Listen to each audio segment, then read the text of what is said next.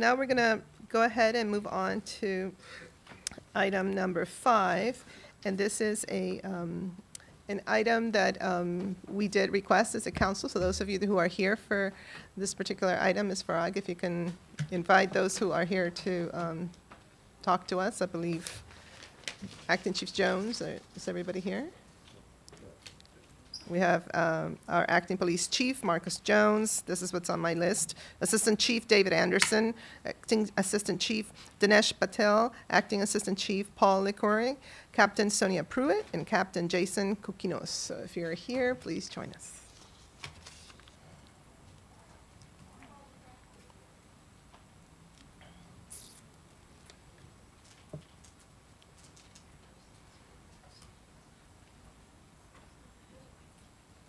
Good morning, everybody.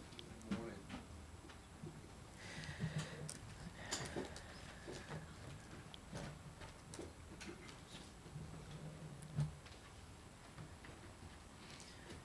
All right, so this briefing was requested because we have come to a point where we, as a legislative body, need to work with our partners in law enforcement to examine what underlying conditions led to the particular incidents in Aspen Hill and White Oak, and how we can all work together to reestablish trust between members of law enforcement and communities that you serve.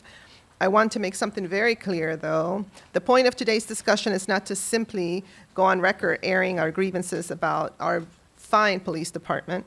Rather, today is meant to bring about productive, thoughtful dialogue surrounding community policing practices in Montgomery County and how we, as a county, can improve.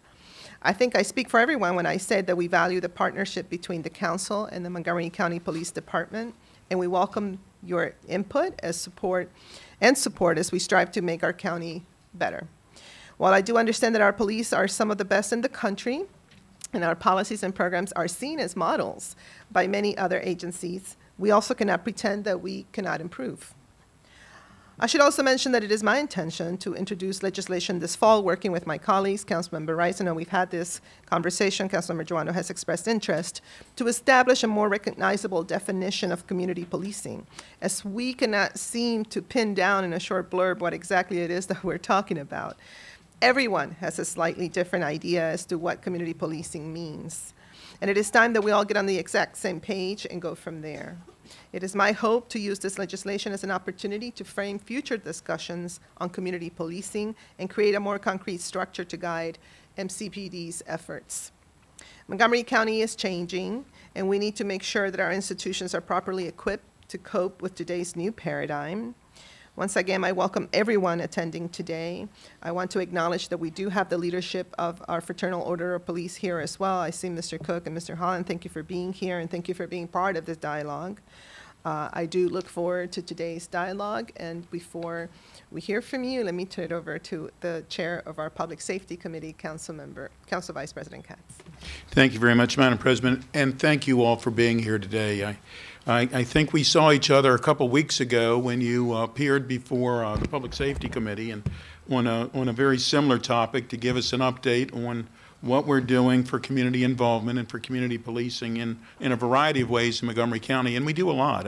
I have a feeling that Chief Jones is going to mention, I guess, with 1,200. I don't know if he's going to mention each one, but I think it was 1,200 different contacts that our police department has with the community in general.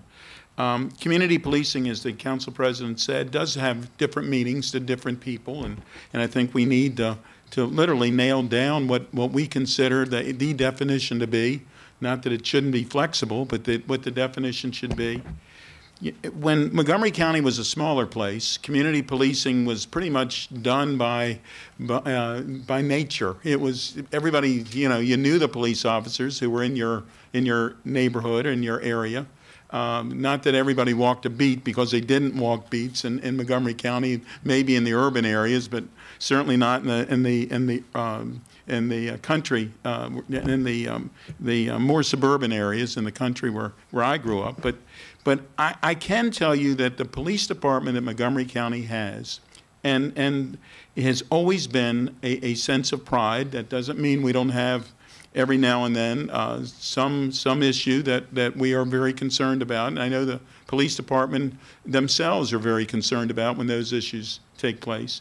But in general, the 1,300 sworn officers that we have in our community do a marvelous job. They risk their lives for each of us. Many times it's for people they do not know. They risk their lives to make certain that our lives are safe.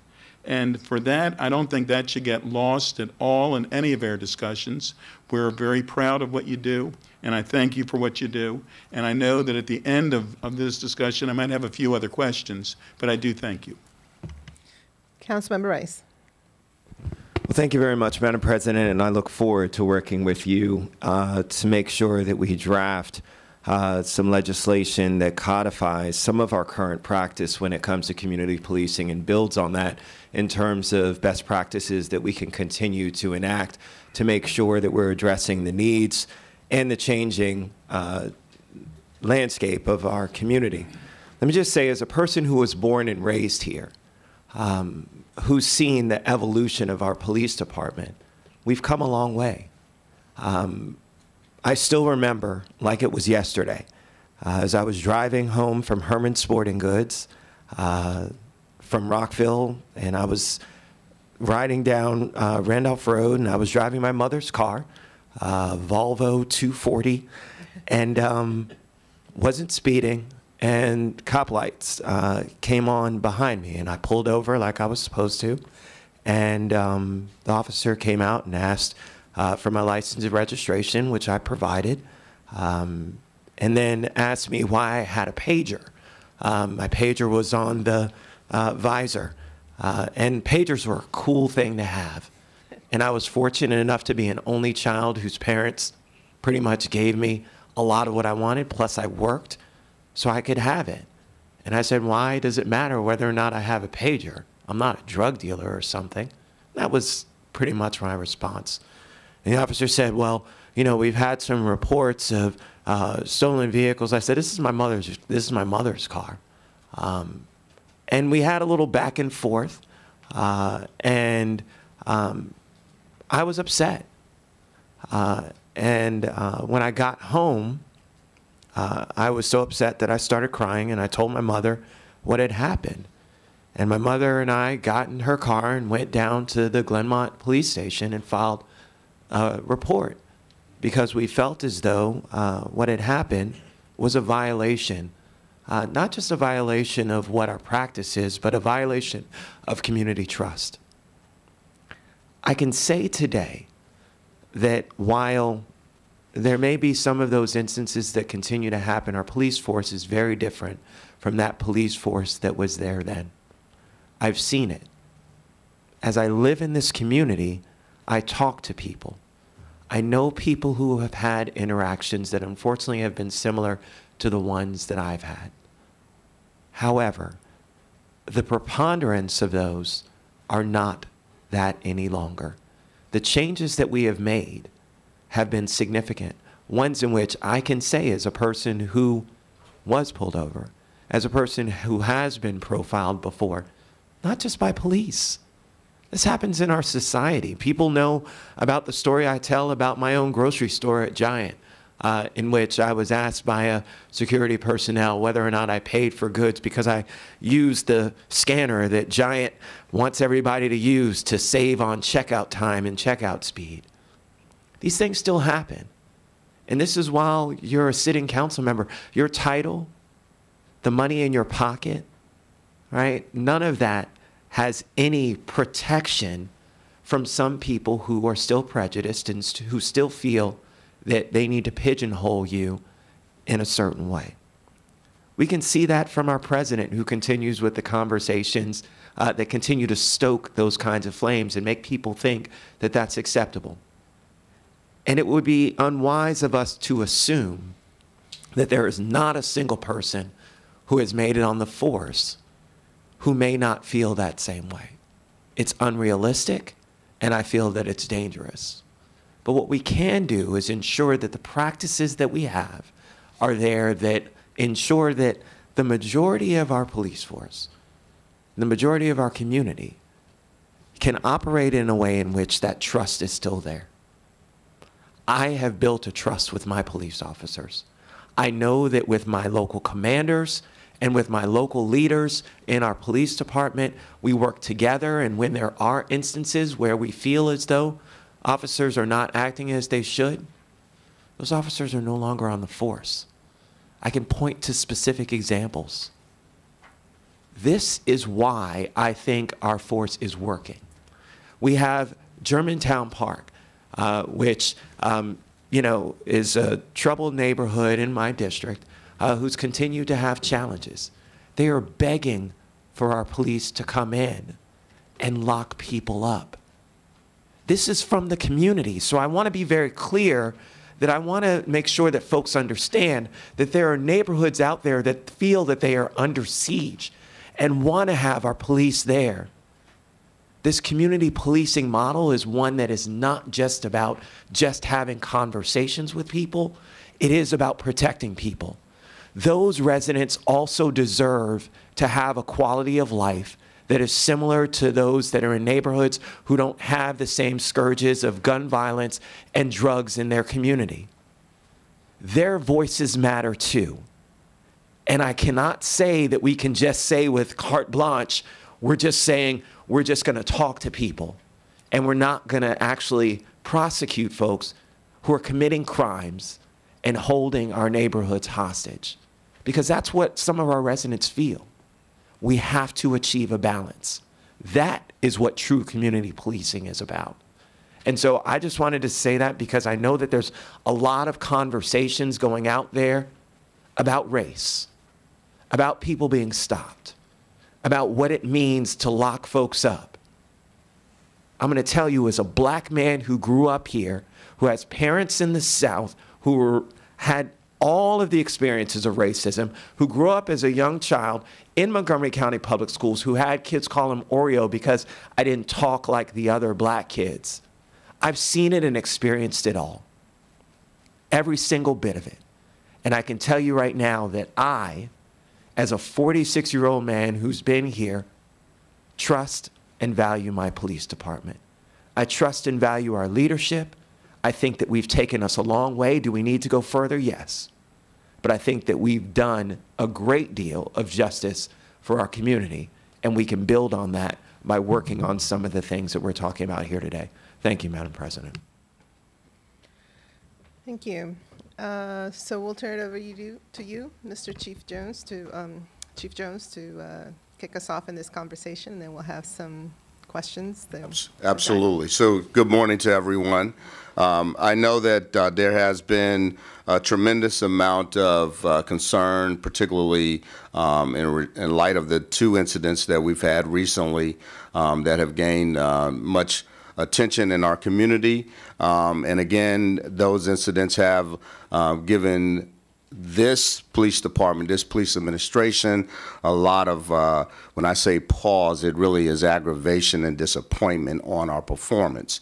Because when it does, we look at the trust of our department in our community, that goes a very long way for me. We've worked very hard to try to earn people's trust, and I know in policing in America today and in this county, we still have a long ways to go for many communities. And I just want to kind of focus a little bit this morning on some community policing efforts, and I appreciate Council President Navarro noting the differences in definition as it relates to community policing, because there are many of that does exist, and many people have different perceptions and realities of what community policing actually is.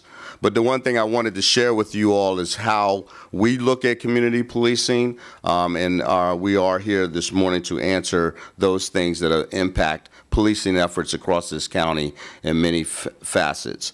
Community policing is a philosophy that has to be constantly embedded in our department, and it needs to be enhanced to eliminate misunderstandings of how it is defined. There are three components of community policing, and those are community partnerships, organizational transformation, and problem solving. This department has been at the forefront of these components as defined. In 2019, as Mr. Katz noted, we gave him the numbers of 1,200 recorded events back in, I think, early June. We're up to 1,395 events that have occurred this far this year.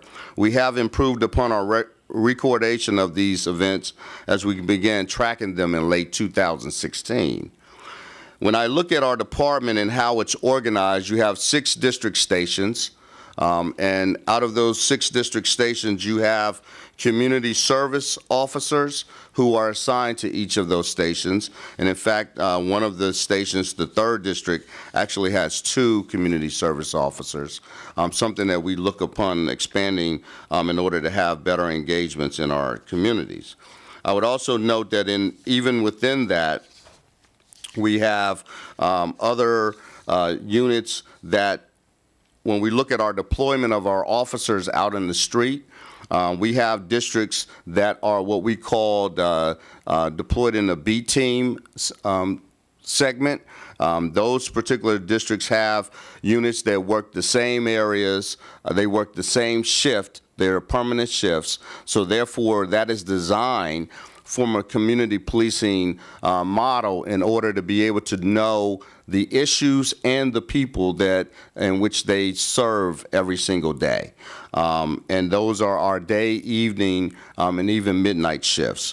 We also have traditional stations such as the Rockville District, the 1st District, the Bethesda District, and the 5th District in Germantown. Those are not set up in B-team concepts, but we do have units that work in those units, such as the Central Business District teams for some of those districts. And we also have our DCAT teams that work in community efforts. We have the Community Engagement Division that is focused on our community efforts, as well as other units that we work forward to.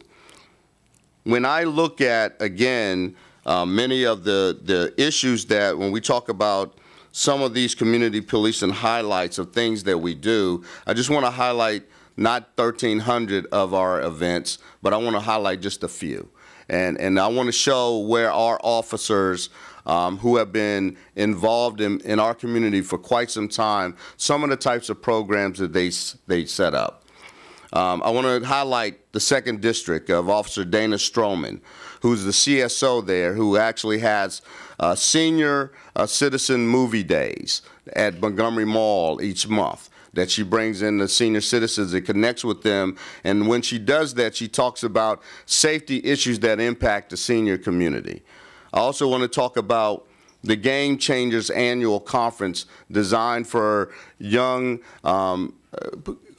people of color. That is a great program that is put on by Omega Psi Phi fraternity. We have participated with that group for the past 12 years of officers such as Officer P.J. Gregory, Lieutenant Ruben Rosario, Lieutenant Mike Rain, Detective Mark Frazier. These are people who take their own time on a Saturday every year to go talk to young people about police engagement and to talk about interacting with police officers, providing them good tips. I also talk about mentoring in the 3rd District, and Officer George Stevens, who connected with a 5th grade class at a elementary school, Burdensville Elementary School. And Officer Stevens gathered about 4 or 5 of us, and myself included, Officer Anna Hester, Officer Willie Taft, and Captain William Montgomery, to go mentor a group of high-risk students identified by their teacher. Not only did we do it in the year that they were in the 5th grade, but we followed them to the Banneker Middle School. And we still continue to mentor those kids to this day. And we'll be following them as they go into the 7th grade next year. These, again, are things that we do on our own time, not so much designated as a part of a job responsibility that's given to by any supervisor. We do the Police Adventure Camp in the 1st District. Officer Mike Prather has been doing this program in the Twin Brook community for 12 consecutive years. A police program that we do, again, with high-risk students that is very welcomed by their parents, that gives them something to do during the summer, and it has a great deal of connections with our community. We also do, we had put together a LGBTQ community group that Chief Manger had started and had gone through 2018.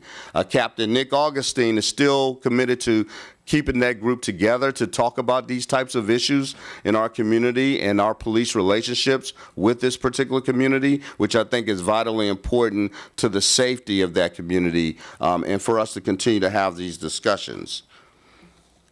As a member of the African American community, I have been aware and engaged with issues surrounding interactions of our residents with Montgomery County Police for 33 years. When it comes to accusations of racial profiling, I can tell you this issue has been identified and constantly addressed dating back to the early 90s.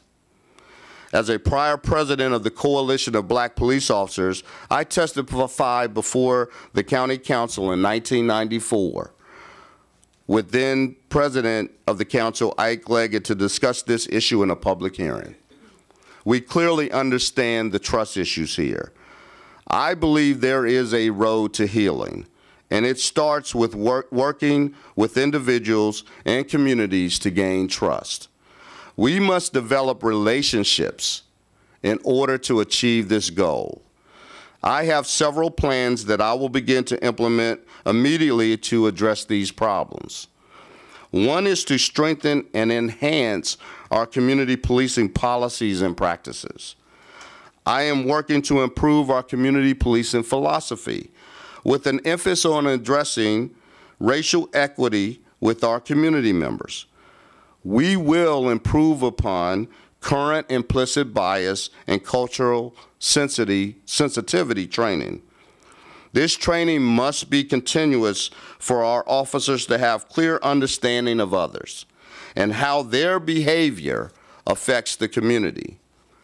Communication is the key for us to better understand in this community regarding police interactions and having courageous conversations with those who trust us the least, and for all of our residents. I understand these issues surrounding our youth, our senior citizens, our community as a whole, and in particular, our communities of color. We have to be open to having these discussions with our residents and to hear from them and why they feel afraid or feel disenfranchised. The transparency and accountability are key factors by our department to begin the discussions and communications with those engaged in police community relations. We have experience of addressing public safety and crime issues in minority communities, and they have been solved utilizing compassionate policing and treating even the offenders with the respect while making community members feel safe in their homes and communities again. We continue to recognize the immigration issues that we are confronted with in the community as County Executive Elrich and members of the council outlined yesterday. This department has empathy for immigrant communities that live in fear of ICE and the police for many reasons. We continue to work with those communities to develop partnerships and mutual trust that will allow us to protect them and provide services without fear. Thank you very much. Thank you so much, Chief Jones. So I really appreciate those comments. I want to say that it is not lost on me that, Montgomery County is definitely a microcosm of the country, and I would venture to say the world. And so when you talk about, in 1994, having former County Executive Leggett here as council president, and there were many issues that were being addressed at that time, there is no doubt that now we are dealing with a much more expansive set of circumstances and issues and dynamics. And this is the primary reason why it was so important to, for this council to begin this work on racial equity and social justice, because the bottom line is that in order for us to continue to have a safe county, we are going to have to look at what we're doing to structurally address that, right? And this notion of, what community policing really means, as I said earlier, can have a lot of different perspectives and a lot of different perceptions. And so it is absolutely imperative because, I think for us legislators, it's really tough. We're so proud of our police department, and every year we look at our budgets and we do whatever we can, and we seek to, enhance and assist. Also, though, as a resident, and so, everybody puts their personal, I think, lens on, right? So for me as an immigrant, for a mother of Black daughters, knowing that when they see videos like the ones that they had to see that would happen, the incident, for example, in the McDonald's in White Oak, it is very difficult to not feel this sense of helplessness sometimes of what this means for us in this county that we love so much. And so I just want to express not only what our African American, our Black community feels, but of course what our immigrant community feels, and all of those layers that come into play, and the helplessness that many of us out there in these communities feel when we see these kinds of incidents. Because right now, the national level, there's so many things happening that we cannot control, but we know we can control what we do here in our county. So I appreciate the fact that you have described some of the things that you've done so far, and you alluded to, some of the things that you would like to put into place.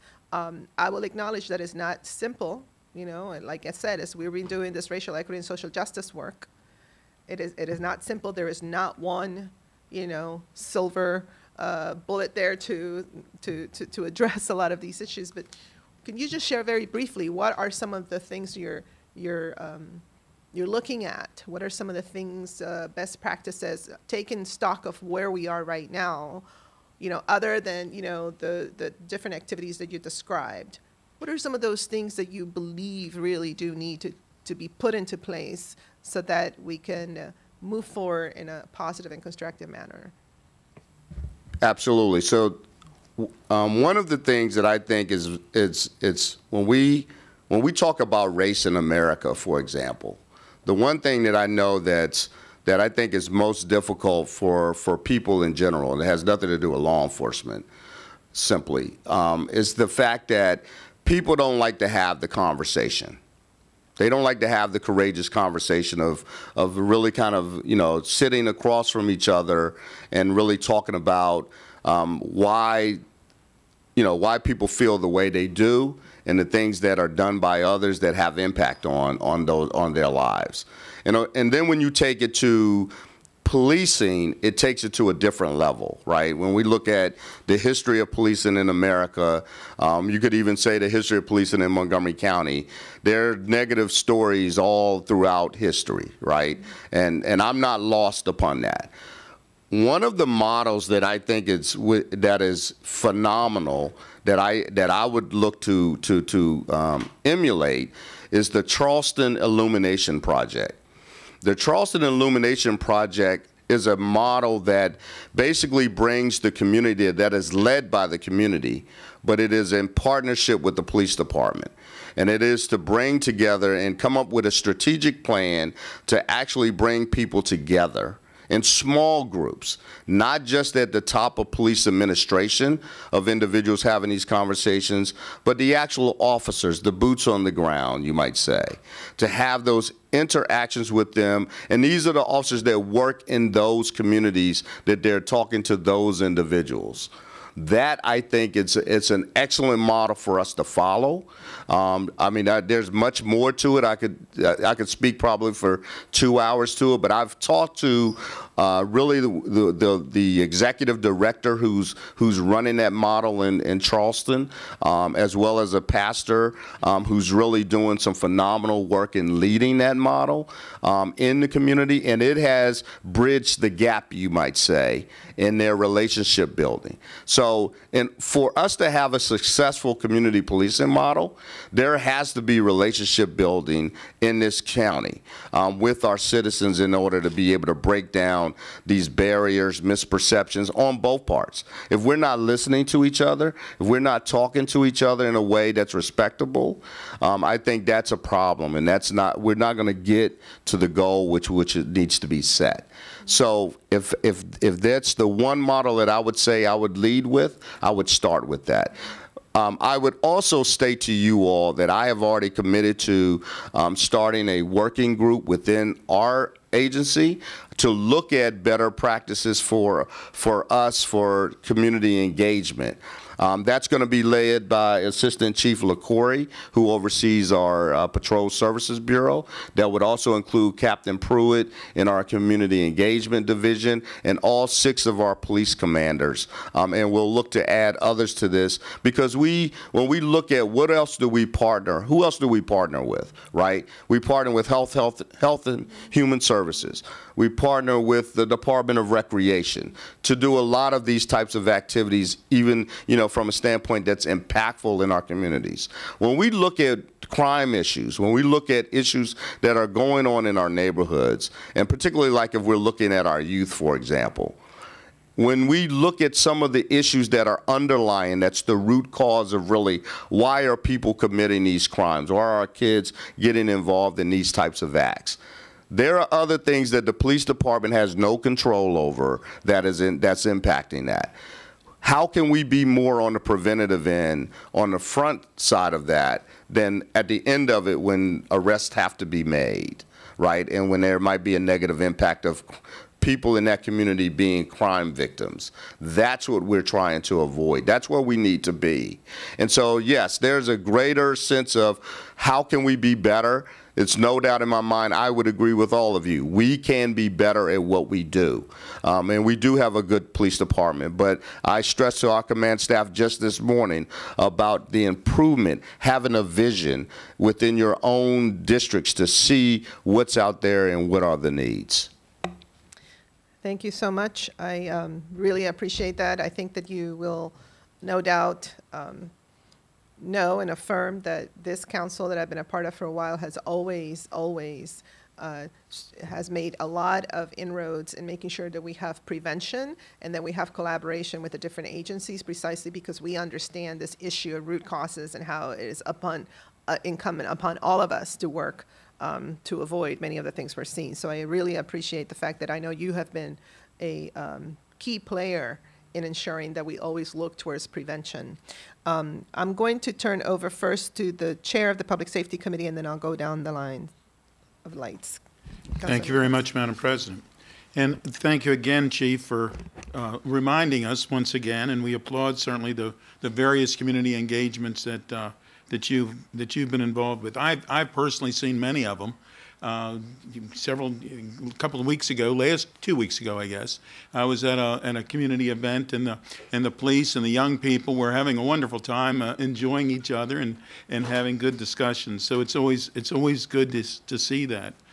I was reminded while you were speaking, when I was mayor a couple of years ago, several years ago now, a person who's very active in the immigrant community had called me and said that she was concerned that there was a neighborhood that was not in Gaithersburg, that was just outside it, that the people felt unsafe, that there had been someone that had been murdered next to where they lived, and they were very, very concerned, but they were afraid to come to the school to have a discussion. I don't know if you were there or not, Marcus, but they wanted to come to a school to have the discussion. I see some head shaking in the audience because they remember where we were. And they knew me, and they trusted me, but they didn't necessarily trust the police. And she asked if I would come, and I did. And we had a good discussion. I did know several people who were there and who were concerned. And once they got that initial conversation going, once I was able to literally break the ice with the community, they then started having a much better dialogue and feeling much more comfortable around the police officers. And since that time, to my memory, they've had issues, but they have not had anywhere near the issues that they've had. And my point on that memory was the fact that many times people are afraid of police officers because from the countries that they come from, the police officers are not someone that they can necessarily trust, and it's someone that they necessarily need to be able to trust in this country to keep themselves safe. And so I applaud everyone for doing it the way that you all have done it. And to the council president's point about the prevention side, years ago, and I know some of you were on this committee too, that years ago we had a task force in Montgomery County and Prince George's County on gang involvement. And we, out of that task force, came up with the idea that there needs to be prevention, intervention, and suppression. And suppression being an arrest and incarcerating or whatever is necessary to do to that person.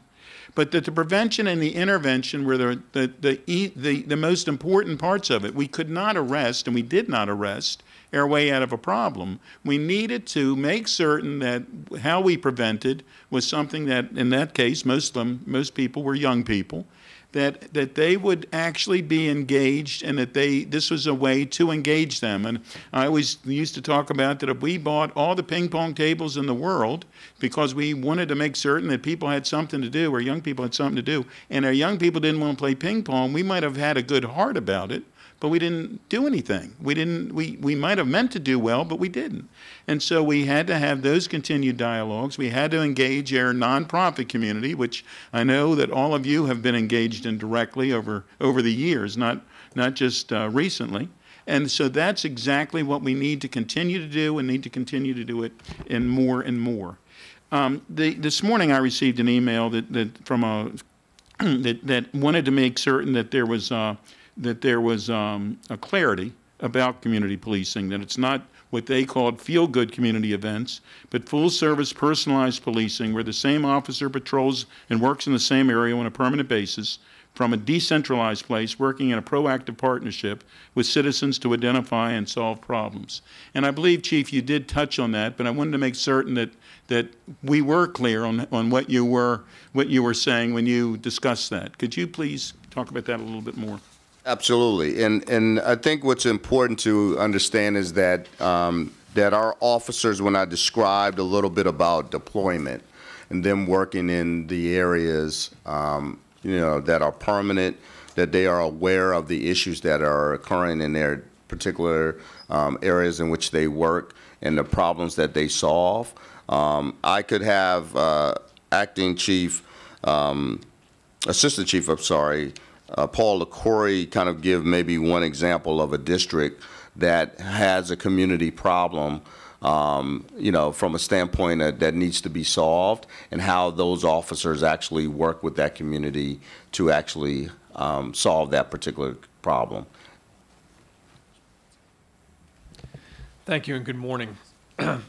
So in each of our districts, community policing and problem-oriented policing is something that is occurring and it continues to occur.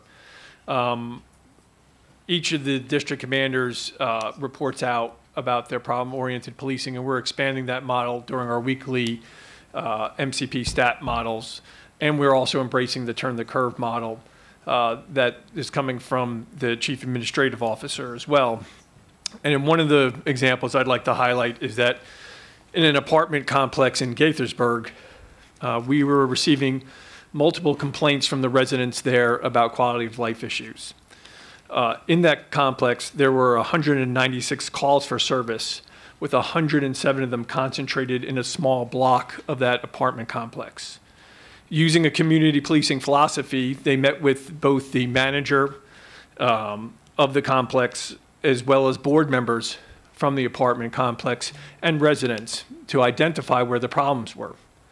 One of the problems that they were able to identify were that there were several apartments that were not properly secured, allowing for young people to use them as trap places or hangouts, where they could go in and do underage drinking and possibly smoking marijuana and other activities.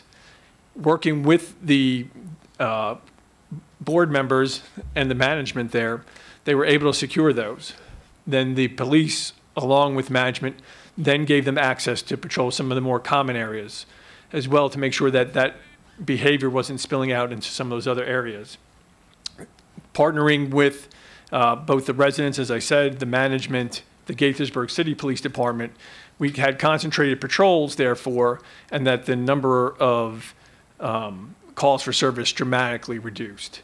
I think we see these types of partnerships regardless with both the community as well as multidisciplined teams. And we've seen that with PYDI, Positive Youth Development, or with our STEER program and opioid reductions, that as we move forward and under what Chief Jones has requested of us, is to enhance our community policing, is to make those multidisciplined partnerships and making those partnerships with multiple entities within the community so that we can reduce either the fear of crime or actual crime that is going on into those segments of the community. And thank you. And you know, you bring back other memories. I remember when we had issues in Gaithersburg as well, and we actually put a substation in one of those areas that was causing all these concerns. And not only did it solve the crime issue, but it certainly brought back that the young people, especially, were very, very comfortable with the police officers. So it made it even a much more pleasant area for them to be living in, for the police officers to be working in. And I do believe that actually some of those young people became officers as well over time. That convinced them. Chief, I'm on the whole idea for the CALEA accreditation, and I had to look it up because CALEA stands for, and I'm reading it, Commission on Accreditation for Law Enforcement Agencies Incorporated. But for the whole issue that for CALEA accreditation, which meets national standards, and I know Air Police Forces has met those standards and best practices for several years now. Did you want to touch at all on those best practices and what they mean to you and to a community? Yes, and thank you for that. I think, you know, CALEA does look at all of our policies across the board. When they do our CALEA inspections, that we get accredited as a recognized national law enforcement agency that is doing things well, and that they can highlight areas where we might be deficient in any area of policy, whether it's training or of the like, that really needs to be addressed. So if we look at sort of minimum standards, and I'll give you an example sort of where our training is, where we fall under the Maryland Police and Correctional Training Commission that requires us annually to do certifications for all of our officers. It basically drives our recruit training of what are the minimum standards that's required by our recruits to be a certified police officer. CALEA looks at those, but it also goes well above. For example, when we look at some of our training where it's bias-based policing, that may not necessarily be a requirement by the Training Commission, but that CALEA says that they want to see that done biannually, so that we're doing it every 2 years at the minimum. It doesn't mean we can't go above that, but they're basically wanting to make sure that this is a standard that's across America, that by that commission that's what they require. They look at things like mental illness. They look at ethics. They look at other things as it relates to the use of force policy.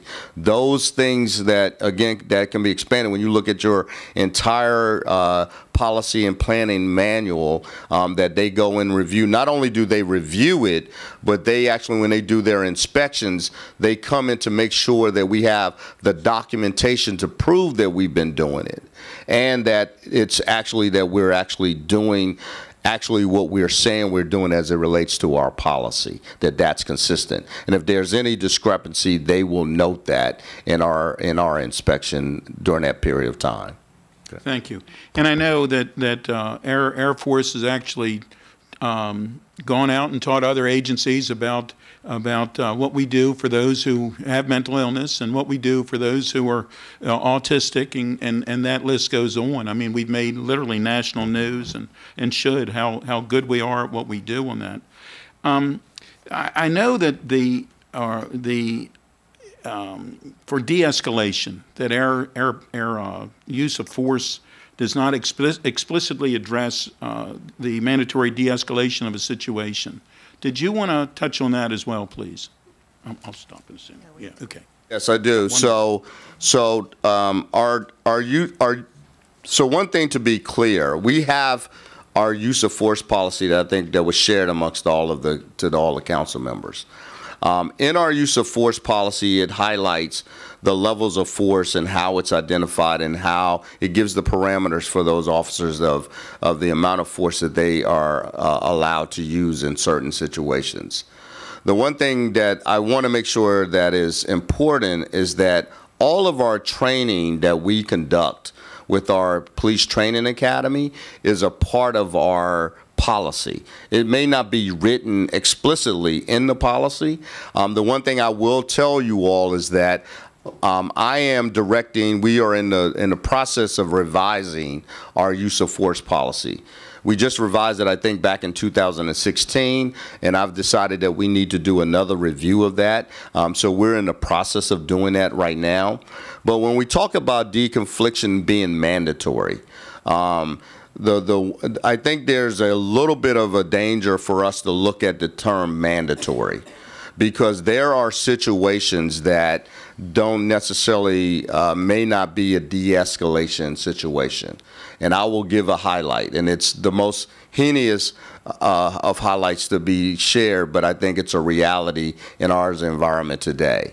So a school shooting, let's say, as an example, that we're responding to an active shooter. And that at the end of the day, that by the time we arrive at this school, that there are children and staff that have already been shot and hopefully not killed, but let's say they've been shot. At that point in time, the officer is not gonna, he has to, or she has to stop that threat. There's no de-escalation that's gonna be a part of that process. So there are sort of exceptions to the rule, if you might state. Is it highly, what we would suggest is, in those cases, are cases that we have issues that could be de-escalated, that we highly recommend, and we train in all facets of our training. We try to emphasize this to our officers to be able to implement this in everyday work.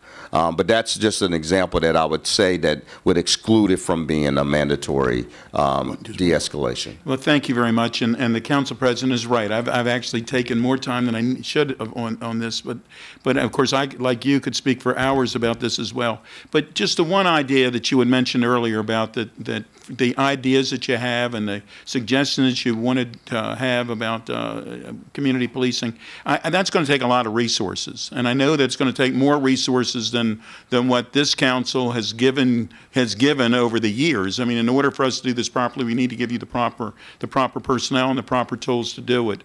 So, not that I'm asking you to comment, but just please do not be bashful in asking for those resources, because I sincerely believe that this council and this county executive want to make certain that our community and our community policing is the best in America, and the way that we're going to do it is by doing it properly and to have the proper resources. Thank you very much. Thank you. Councilmember Jawando. Thank you, Council President, and thank you all for being here this morning, and for the information. A couple of questions, and I'll be quick because I know others want to speak. On May 14th, I drafted a letter, and all my colleagues signed on to the then acting Chief Hamill asking about the White Oak incident where the young men were detained and issued trespass orders, and where you had the racial epithet used in conversation. We asked for a number of things. Release of all the body camera footage, which did happen on July 10th or that week. Release of a recording for any calls of service related to that specific stop from the sergeant or from any non-police entity. There was no call for service, correct? That is correct. That was a self-initiated call. Okay. Right. Using the agency agreement that the department had with that McDonald's. Well, I would first state that was a part of it in the end, but I would first state that first it was a self-initiated act on the part of the sergeant. Got it. Right. Thank you. So there was no call for service. Okay. And then we also asked for a release of a list of locations where Montgomery County Police act as an agent for property owners, where they're authorized by property owners to cite individuals for trespassing. And you did give us that list. It was a large list, but we did receive that. Thank you. I also asked for the demographic and geographic statistics of every resident stopped and cited for trespassing in the last 2 years. You explained to me in a private briefing, but I think the public needs to hear that information is not available, you're not able to track that information or know how many, the demographics of the people who have been issued trespass orders. Is that correct? Correct. So we don't have a tracking mechanism for individuals that have been stopped and detained or are given trespass warnings, notices from that standpoint. And I expressed to you, and I just want to allow you to expound on that.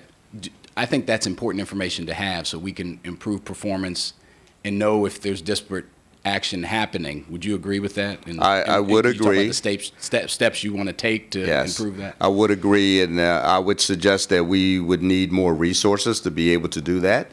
Okay. I don't think it's a bad thing for us to be able to capture that. I think it's a really, that would be important for us to look at data like that, not just in that particular situation, but there's lots of other data sets that we have that relate to where people have questions about what we do and how we do it. Currently I will tell you we just don't have the staff, and not that we couldn't set that kind of data sets up, but I think we would need more resources as it relates to that. Okay. Well, thank you for that, and that's something I think when the public asks questions, when we have questions, that's something we need to know so that we know that policing is happening to everybody in the same way. A couple of things overall. You listed in the community policing packet the 3 components of community partnership, organizational transformation, and problem solving. And you listed the units within MCPD that are involved, and there's quite a few, the DCAT teams and everything. I noticed patrol is not mentioned as an overall unit that is engaged in community policing. And I bring that up, and I'm going to give you a chance to respond because my colleagues and I have seen handouts from, I think it was the 2nd District, which I'm not, Mr. LaCory, I think you were the 2nd District Commander before you being promoted, that had a overweight police officer with a donut in his hand next to a chart of high-performing, quote-unquote, high-performing officers that had achieved a high number of arrests. And it had the super fit, kind of Superman officer next, the super fit officer was next to the high number of arrests, and the overweight donut-eating officer was next to the low number of arrests. And that was passed out either in the 2nd District, I don't know if it was roll call or not, as, I guess, as an incentive or a motivator for officers. And I'm concerned when you have that type of incentive and patrols not listed on the community policing unit, what message we're sending to officers, and are we just doing statistics-based policing? I'd like you to respond to that. So, first of all, I would say we're not doing statistical-led policing, and I'll get into more detail about that. As I noted just here earlier, that all 6 district stations are actively involved in community policing efforts. And so, although it may not have been shown on the slide, I would tell you the way we designed that was more or less about the extension of our community-led policing efforts. So when you have 6 different stations that are led by commanders, and we have community service officers who are sort of the liaison between the community and our patrol officers to do community events and to connect with communities. So, and I'll give you an example. Just last week, the 3rd District in Silver Spring went to the Galway Elementary School summer camp that was led, I think I was there at the same time. Right, yeah. So again, our patrol officers are then connected with the community service officer to actually go and do such an event. And our patrol officers often get tasked with those type of events all throughout the districts, day and evening. So they are a part of that. So as it relates more, right, so I know we've had this discussion, you and I, about sort of the how officers are rated, right, when we talk about stats. Again, I want to make it clear to the public that we don't have quotas for our officers, right? We don't go out and say you have to make X amount of arrests this month. You have to write X amount of tickets. That's been forbidden by our collective bargaining agreement for longer than I've been a police officer. That was not a part of what we do. Do we keep statistical data on our police officers and what they do? The answer is absolutely yes, because we have to know what our officers are doing. I'll give an example of, we know, for example, in the Bethesda district, 2nd district, where we have the most restaurants per capita for in our county, but also I think in the Washington, D.C. metropolitan area, they lead from that perspective. But at the same time, we know that we have issues with drunk driving in our community. In fact, I just got a stat this morning that our fatal drunk driving crashes are up 38% this year. And so the expectation is for us to maintain a safe community. But when I have an officer who works on the midnight shift who had 0 DUI arrests for an entire rating period, that I deem to be a problem. I don't think our community expects our officers not to be really proactive in that regard. And so with that being said, there are expectations, Sure. from that aspect. Sure, and right. that's an extreme example. I get that. You don't want someone doing nothing on the job and you expect them to have some arrest. I just think when we don't list patrol in the document, I just want to make sure that that's embedded in all the. It is absolutely embedded in the process. Problem-oriented policing that was discussed, wasn't that at one time included in officer rankings for promotion? No, it was not. For promotion? No. Or in their ratings, let me just Well, in their ratings, yes, absolutely. Is it currently included? It is currently still in some of the ratings, which, again, needs to be revised. Okay. This is something that we've been trying to work on for several years now.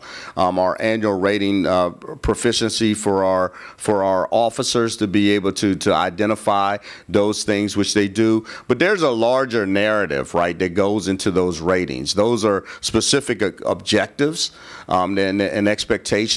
But there's also that we expect our supervisors to highlight the work that these officers are doing in their communities as well.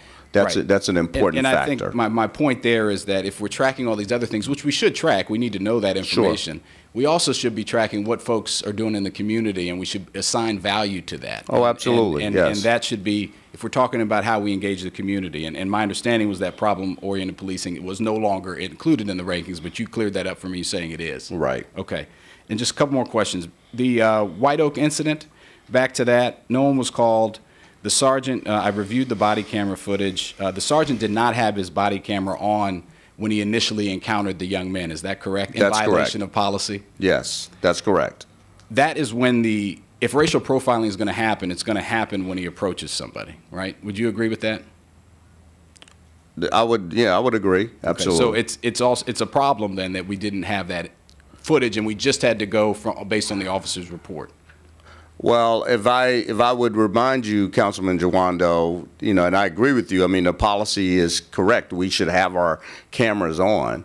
But in policing in general, the reality is that that officers have always written reports and documented information about what they've done and gone and testified in court without anybody worn camera footage. No, I agree. Right? I'm just saying it's part of the record for sure, and I'm not questioning. Sure. I'm not saying the sergeant wasn't telling the truth, but it would have been nice to have. It would. Trust me, it would have been nice. Sure, absolutely, sure. It would have been. Yes. Later in the footage, he tells the lieutenant on the scene that he's, quote, been seeing these guys popping around the neighborhood, and he wanted to get pictures of them to keep an eye on them, to have them on file. We know that one of the men was known. He was an older gentleman who had been dealing drugs and had an interaction with someone. The other young men were standing off to the side, had not been arrested or charged with anything in the past. Is that the policy that we want, if you see someone in a neighborhood hanging around, that you want to get pictures of them to keep an eye on them and track them? And again, these are not my words. No, I don't know. There's not a policy for that. I mean, we don't have a policy we don't keep records on file. There is intelligence gathering that based upon it, depending upon what the information is for that particular investigatory stop, whether or not that might be a need, if there was a reason behind that's valid. So you could see how I might be concerned. We don't have footage from the initial encounter. They were standing outside waiting to be picked up from work, which was actually confirmed by the older gentleman who had been charged. He said, "Why are they out here?" And he says on the camera, "Well, they're waiting to go to work." And he said, "Yeah, that's true." Well, but there were other parts of that conversation that also noted that only 1 or 2 of them were going to get hired. Not everybody was being hired that day. Right. Right. They might not pick up everybody. Day laborers, that's common. Everyone's Correct. waving. They might only Correct. need 1 or 2, but you get out there because you need the opportunity. And so I think if we don't have that information and we have the sergeant saying, "I want to keep an eye on these guys," I think you can see, and I certainly have felt this way, I've grown up here my whole life, that people are literally standing out trying to go to a job, and you can understand why someone would feel harassed. I hope we could.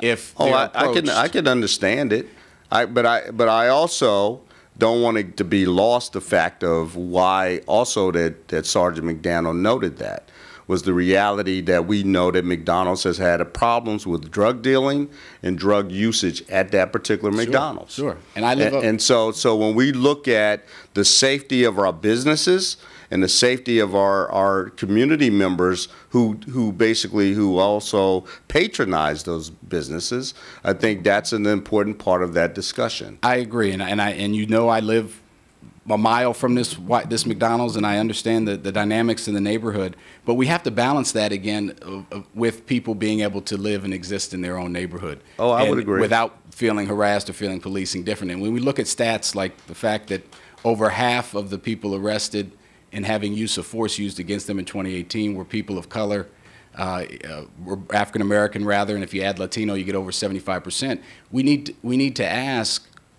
We need to know why that's happening. We need to know the circumstances. We need to dig into that data because it's not acceptable to allow that type of disparity to go on, and we don't know why. So what I would then propose, Mr. Jawando, and I've had this discussion with my staff. I don't disagree with you, right? When you look at those numbers, they're troubling.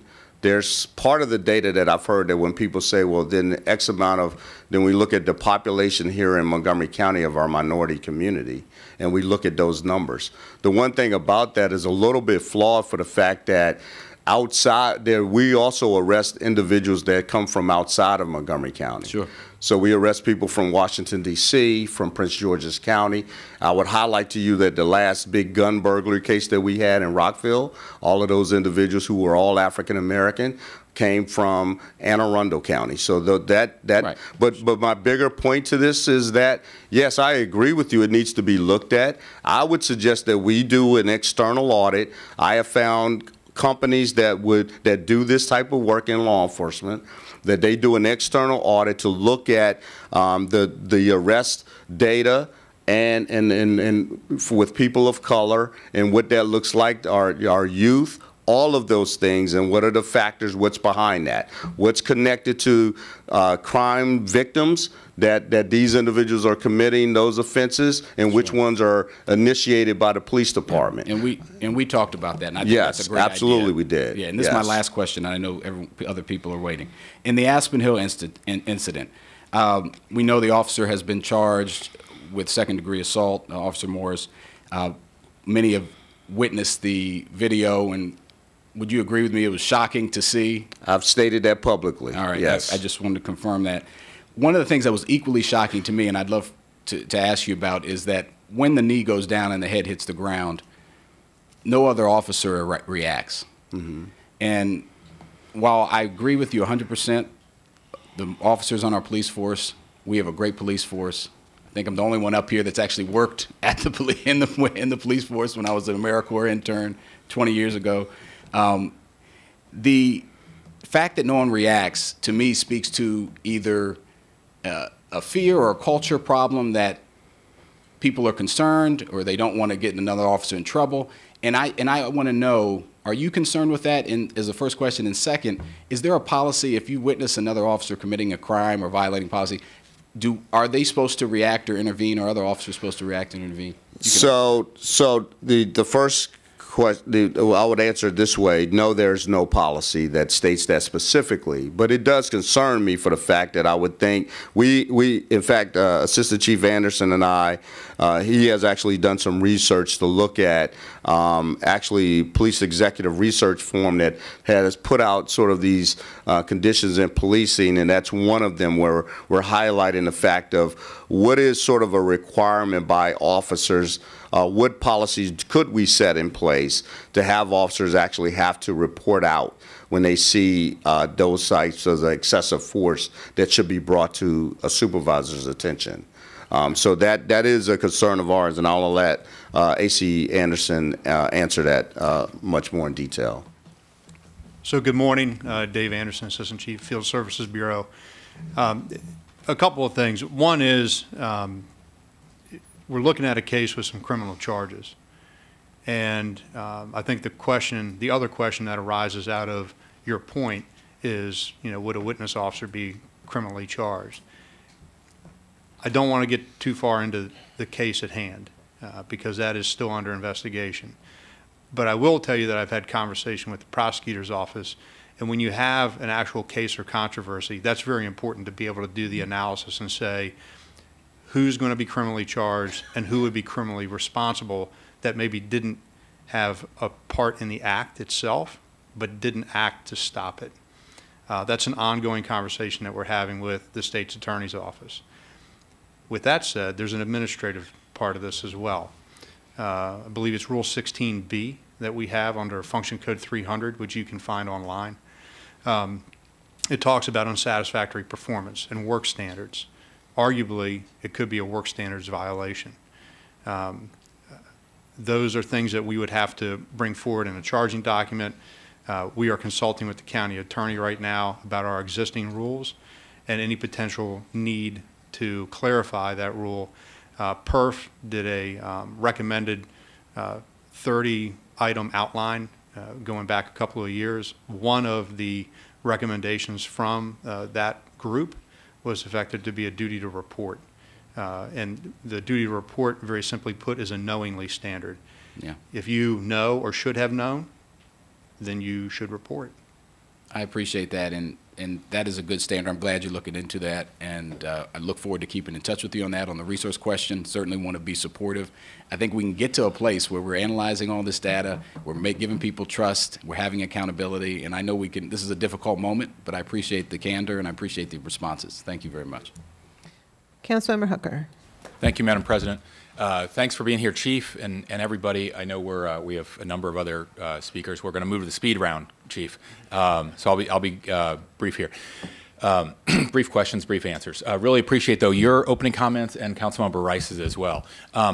We had a briefing in the Public Safety Committee on community policing in June, and at that time I requested you were going to send the performance evaluations that are used in the department now, the forms the supervisors complete, and the instructions and any information about the point system.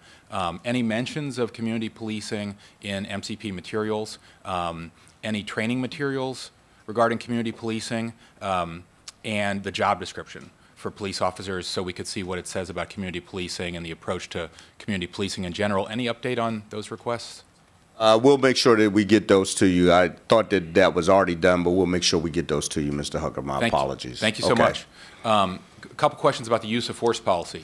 In Circle 22, an officer drawing a firearm in itself can be an escalating action. Are there other physical responses to potentially threatening situations aside from drawing a firearm available to an officer? Chief Anderson, he's my expert. I'll let him answer. I might be a little lost on your question. Can you repeat it one more time? Well, Circle 22, Item 4 deals with firearms in the use of force policy. When you pull a firearm, that in itself can escalate an interaction, right?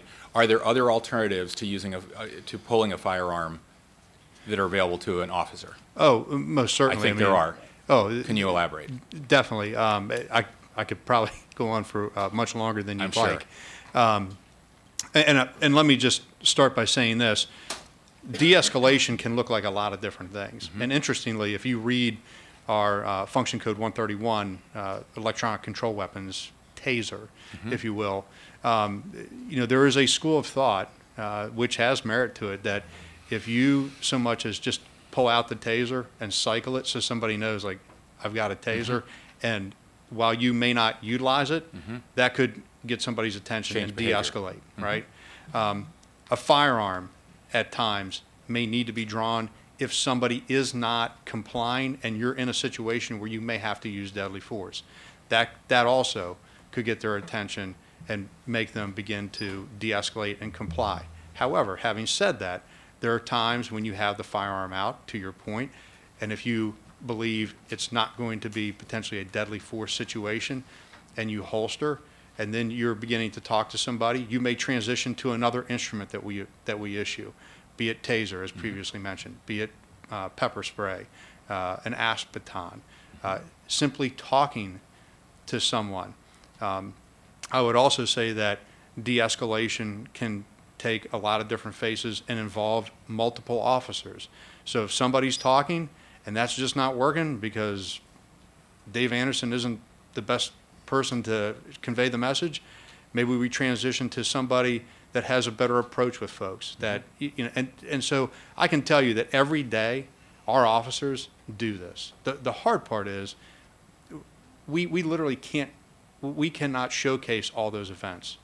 And I want you to really appreciate the fact that our 1,300 cops are out there doing these things. And we're going to try very hard to showcase more of them to the council and to the public so that you can see when we're doing it. And we want to incentivize in some way officers coming forward on their own saying, I saw my peer do this and I want it to be recognized, or I did it myself, which is, we don't really want lack of humility, but I think it's important at this stage in our evolution. Thank you. That's very helpful. Yes. A few years ago in the Public Safety Committee, we had a briefing on the use of tasers. I think it was following a taser-involved fatality in Germantown.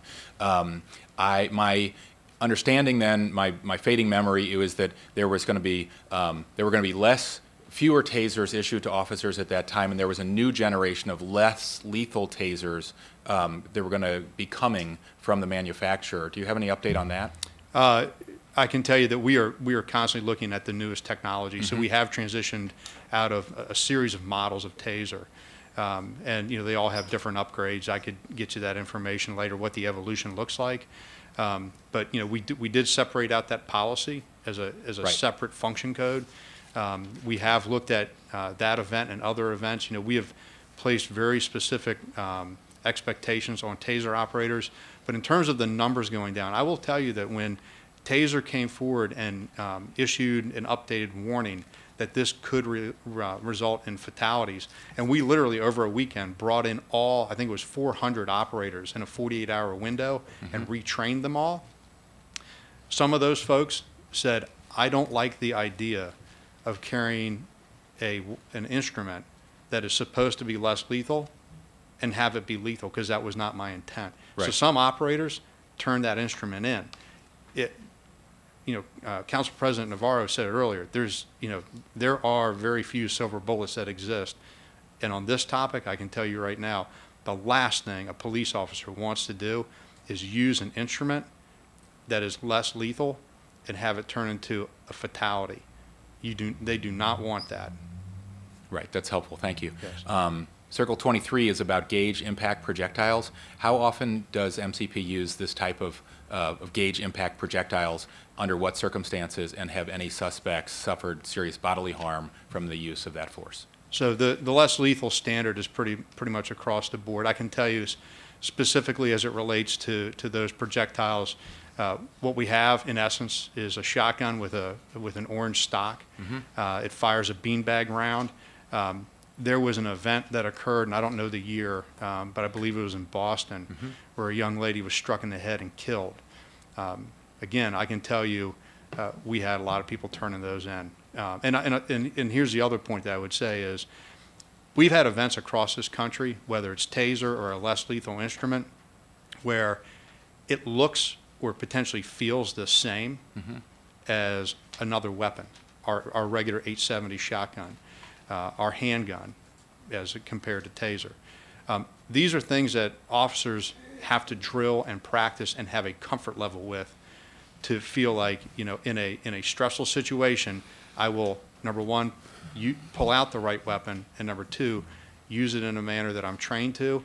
And sometimes, again, if you don't have complete control over the situation, if that person has some kind of medical issue going on that you don't know about, and it's a taser-related event or something else, or if it's a less lethal beanbag round and that person, moves down suddenly and you hit them in the wrong area, even if ultimately it's a quote justified event, that gives officers pause. They want a degree of certainty that what they do will result the way they wanted it to. Thank you. What's a chemical restraint? As it relates to ALS with fire rescue? It's in Circle 24 under medical treatment. Certain I believe you're talking individuals about show obvious signs that chemical restraint may be necessary. Yeah, so going back a few years, excited delirium, I'm not sure if you're familiar with that term of art. I am. Excited delirium several years ago was something that we are faced with across this country. And based on a number of studies and recommendations that was done, when we did the first revision of our use of force policy, I believe in 2014, we looked at best practices, and fire rescue, through their advanced life support system ambulances, ALS, they actually carry, I'm not a medic, but I believe it's ketamine and Halidol are the two the two chemicals that they're medications that they have. And if we believe somebody is suffering from an excited delirium type of an event, then what we do is, by policy, we stage that ALS ambulance close by, and then once we have the situation under control, if we believe that we can get them in there safely, then we have fire rescue come in, do a checkup on the person, and that may end up including the use of one of those two medications, but that's not for us to decide. We don't decide whether or not it's used. Thanks. We've read that FBI and ICE use driver's license photos for photo recognition searches. Under which circumstances would we ever share body-worn camera footage with state or federal agencies? I think we have, I'm not sure if we've had any requests right now. When we went into Article 72 and talked about the need for the dissemination of body-worn camera footage, it was really mainly discussions about we were going to distribute it publicly or we were going to use it for training. The one case that I can remember where we were asked about it, I believe we asked for a subpoena or some other type of legal request that we could look at and say, yes, we will honor that, or no, we will not. Okay, I'll move on. I'll send you some more questions. Thank you, Madam President.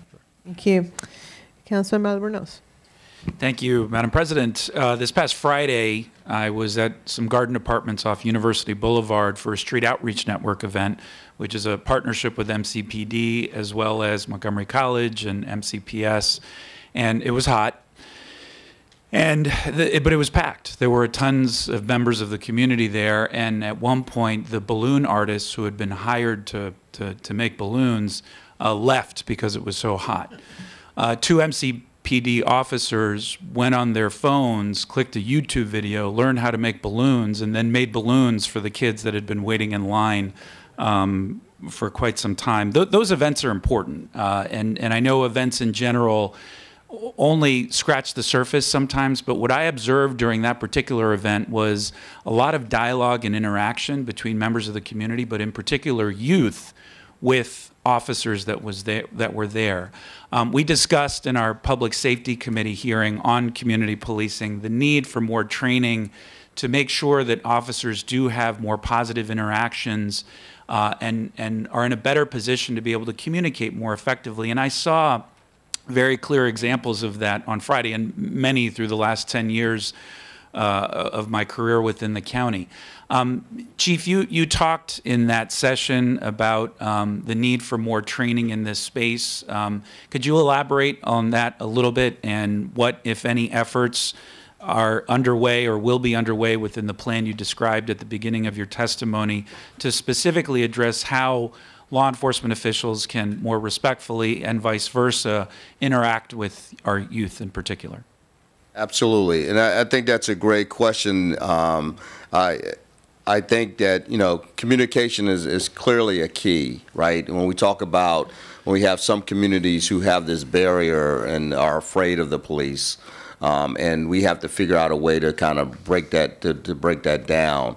And one of the things I think we've been really focusing on, and we have to get better at it, particularly with our younger officers. And I remember being young and sort of being shy in many ways of engaging with people, but just being a police officer is not good enough to be able to really kind of have dialogue with people and young people to kind of really understand, you know, and you know, when you're having a two-way discussion, it makes it better. So we are looking at, again, within the community engagement division and the training division, to try to figure out, that's a part of that work group of how we can go about looking at trying to have our folks engage more, to develop different strategies in order to be able to interact with our communities, utilizing different methods, okay? Where, you know, when we look at sort of where people are, like when we talk about how people communicate, right? We know a large community, part of our segment of our community do it via social media, as an example. How can we get better at communicating via social media to communicate well with the public, with the youth?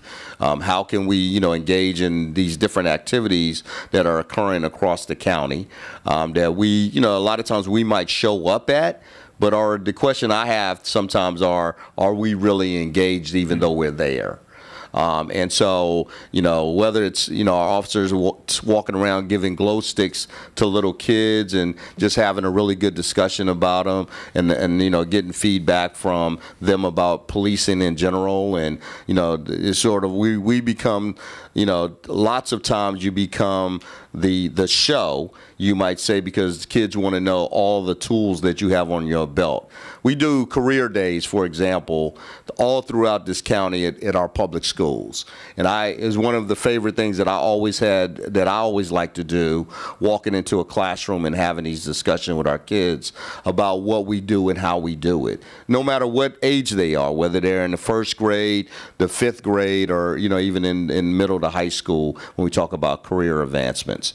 So it's important, I agree with you, that we continue to enhance on that, and we'll continue to try to prove and really show to you all, to demonstrate some of the strategies that we've come up with when we look at some of the trainings that are out there to look in community engagement.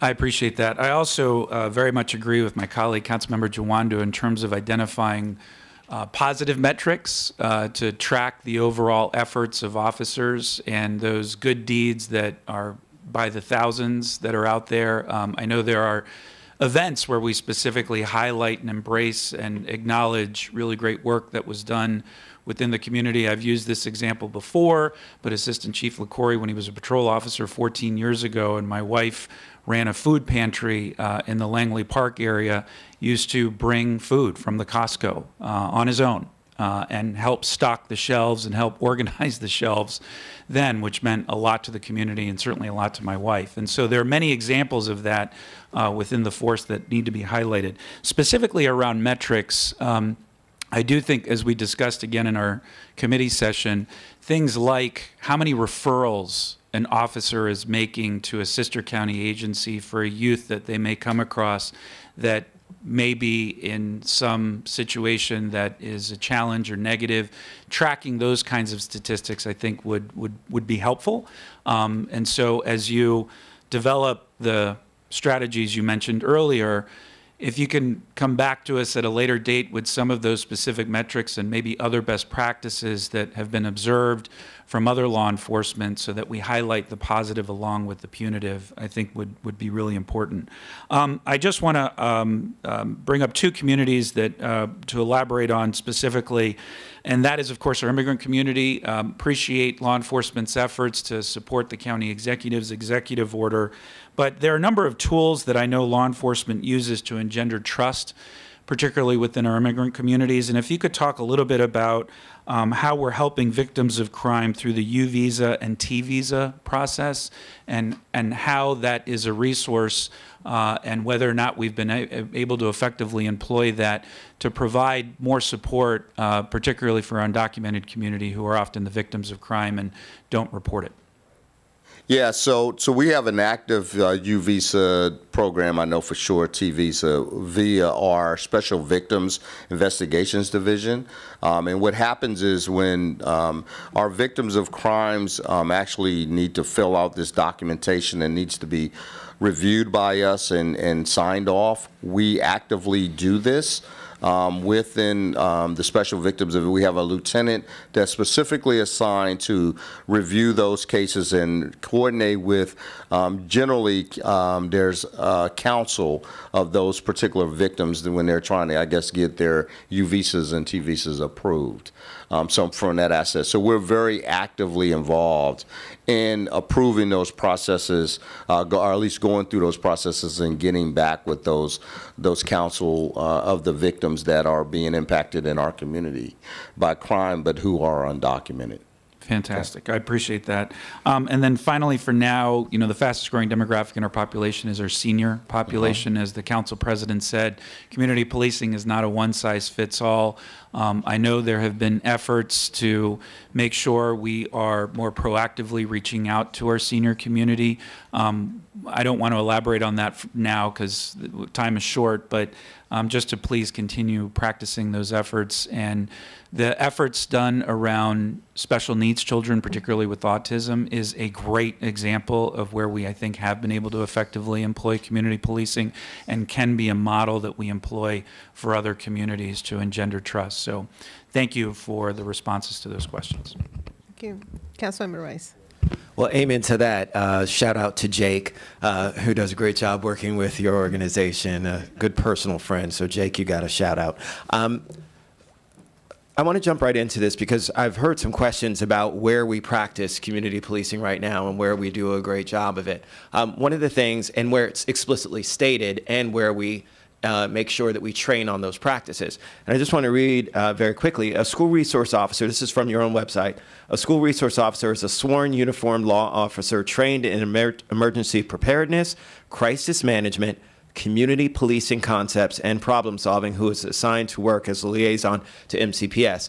Let me tell you that one of the other great models that we have for community policing is our school resource officers. I am a huge fan of this program. You know how much I believe in it and how it needs to be expanded. And it really does build on that model. And I do hope that the same ways in which we are training our school resource officers is the same way in which we're going to enact those same community policing models when it comes to our generic officers. Because I can tell you, I was with Officer Junius at Montgomery Blair High School, my alma mater, and I can't tell you the interactions between her and the students are building the kind of trust and the relationships that we need to have.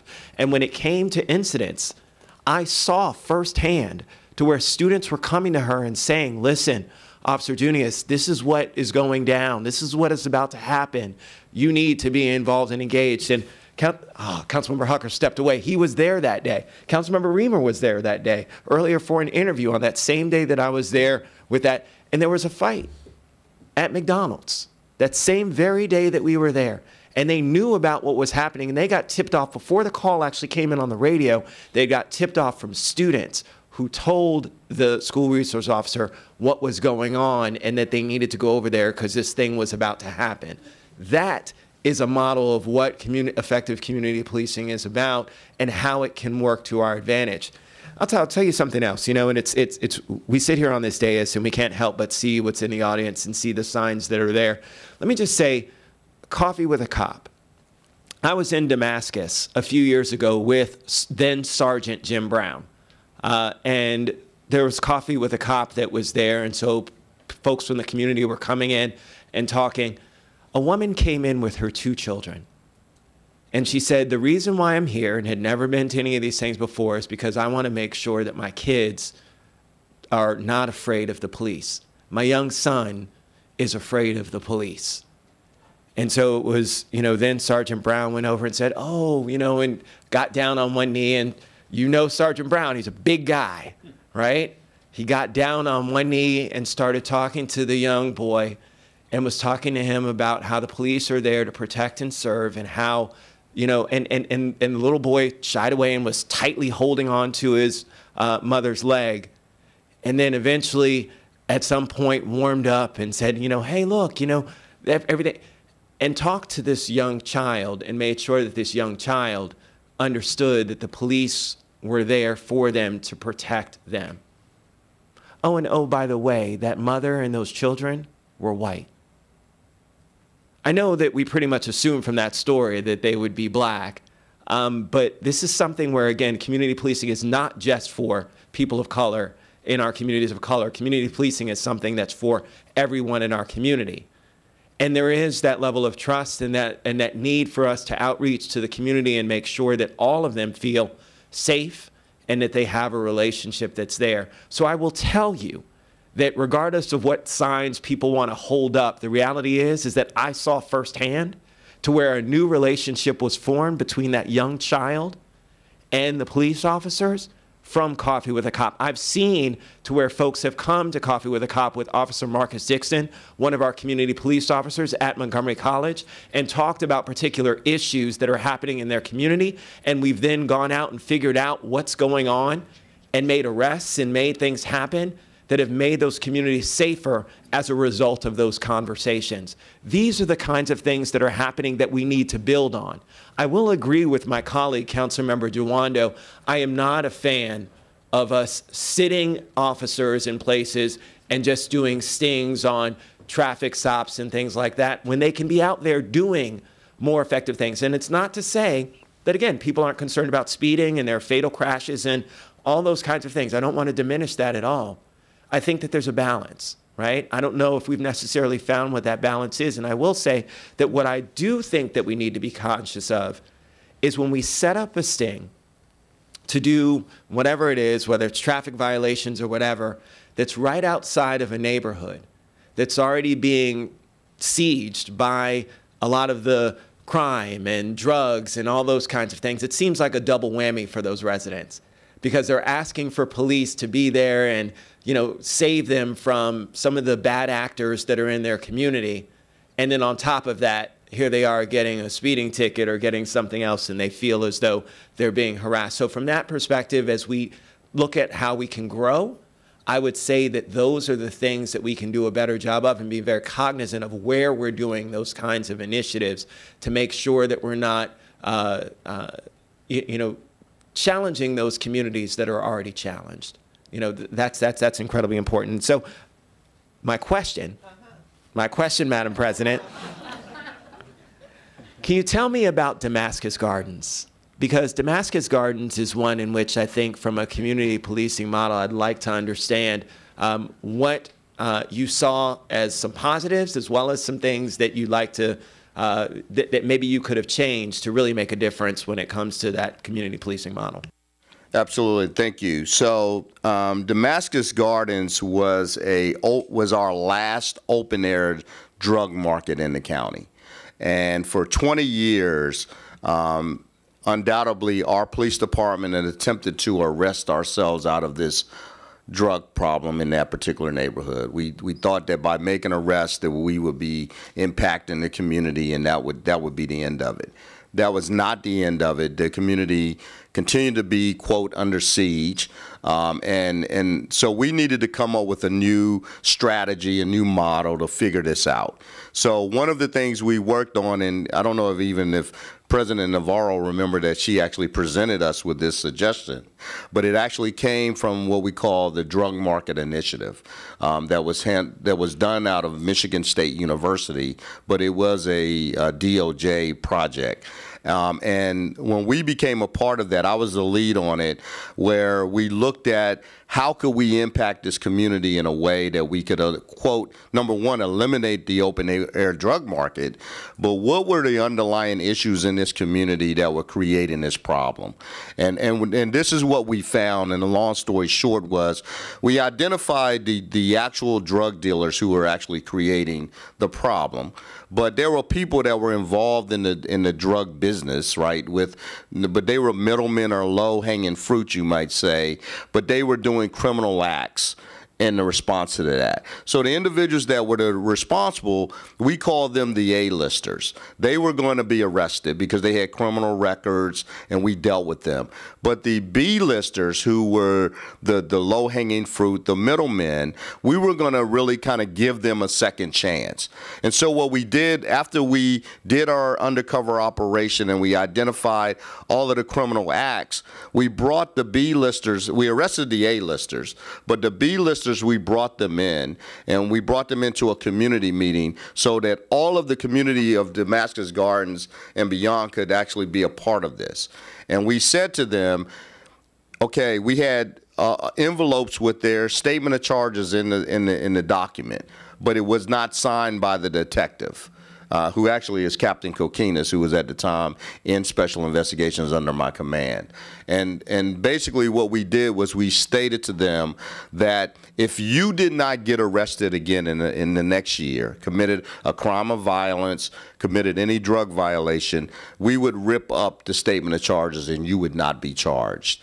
And what we said to them is, this was a partnered event. Health and Human Services, the faith community, the state's attorney's office were all partners in this. And even the Damascus Gardens, the complex was a partner.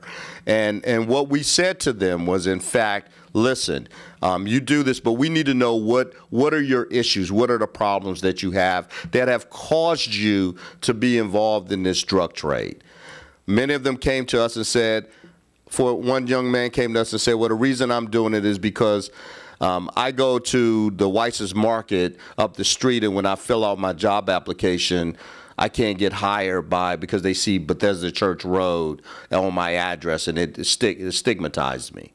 And so he said the next best thing was for me to go to Germantown or Gaithersburg, for example, to work at some business in that area. But guess what? County cut services for ride-on. So therefore, I don't have transportation to get to Gaithersburg or Germantown. So therefore, what am I left with? This is the option that I had in order to put some money in my pocket. Or you might have somebody who was addicted to cocaine, as an example, who really, that was just to supply their habit.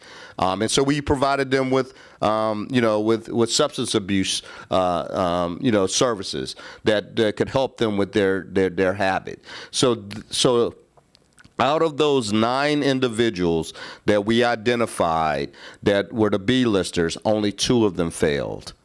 So we only ended up arresting 2 of those. And then really, one that I remember specifically was the fact that she still was addicted and she couldn't beat her addiction. And by going to court, it forced her to go to a drug court to get better.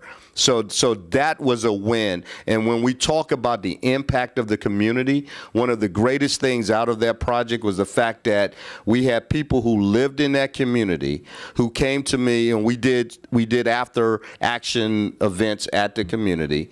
And one of the ladies came to me, she says, I come here, she says, I used to live in Prince George's County. She says, and I've lived here for about a year now. And she says, when I would go every Sunday, I go visit my family. And when I would come back, on my stoop of my apartment would be all of the drug dealers, and they wouldn't even move out of the way for me to go into my apartment. But she says, ever since you all did what you did, and that's had the greatest impact, now my community, they're no longer there, and I feel much safer in my community. That's the impact of community policing from that aspect of Damascus Gardens. Okay. Councilmember Reamer. Thank you. It's really nice to see the leadership of the department here. And I was very grateful to have the chance to sit down with you recently to review the recent incidents and to ask questions and get your comments on that. And I appreciate the council president scheduling this discussion today. It's been very informative. I want to thank you for embracing the proposal for a Policing Policy Advisory Board. Your participation in our recent press conference, where you talked about the value that it could bring, was very helpful. I think it is an example of community policing. I think that we have a challenge right now. There are, thanks to social media, what might have been something that was only known to a few is now seen by many, and that is the environment that we are in. And the fact that recruitment is down in the profession is not a Montgomery County thing. I mean, the fact that recruitment is down is not the result of recent controversies and incidents. It's something that is an underlying challenge the profession itself is, grappling with a different context than has ever been the case before. And I think the question for everyone is how to reinvent, rethink, and improve the work of the department and every department and the profession itself, so that the community is closer, so that when there are incidents, there's more confidence that they're understood and addressed, and that the community has a voice. So I wanted to just generally ask about your views on community standards as part of community policing. I think that every community is different, and how every community would have a different perspective on policy issues. What works for one area might not work for another area. But we've been talking about a lot of different policy issues today, whether it is what is the definition of community policing, or how do we train officers in situations where there's a mental health issue. The list goes on. These are all policy issues that I think is just hard for the council, and not necessary for the council to constantly be immersed in, but the community has to be nevertheless at a table with the department to have that conversation. And that is the underlying goal of this commission proposal, is to say every one of these issues deserves a forum where there's engagement, and the leadership, the union, the community, all has to be at the table together and have a discussion. In my experience here at the council, I've been on the council now for 9 years. I don't recall a lot of times when we have weighed in specifically on policy issues that govern the day-to-day work of police officers. It's just not something that we have typically done. That's been something that's handled, I think, often between the department and the county executive. And I think that today, I think we ought to change that.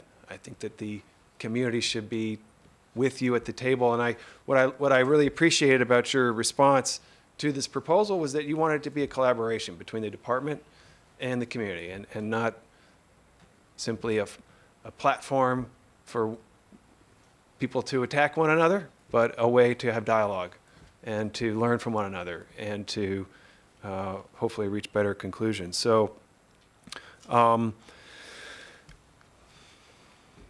guess I'd just like to ask if you wanted to talk a little bit about that issue, the potential, how you perceive the department today getting feedback from the community on policy issues and best practices, and how you think we might be able to improve that.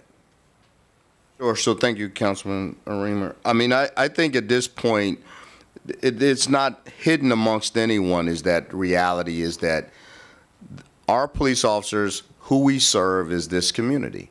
And there's no way to say it better than we have to be transparent.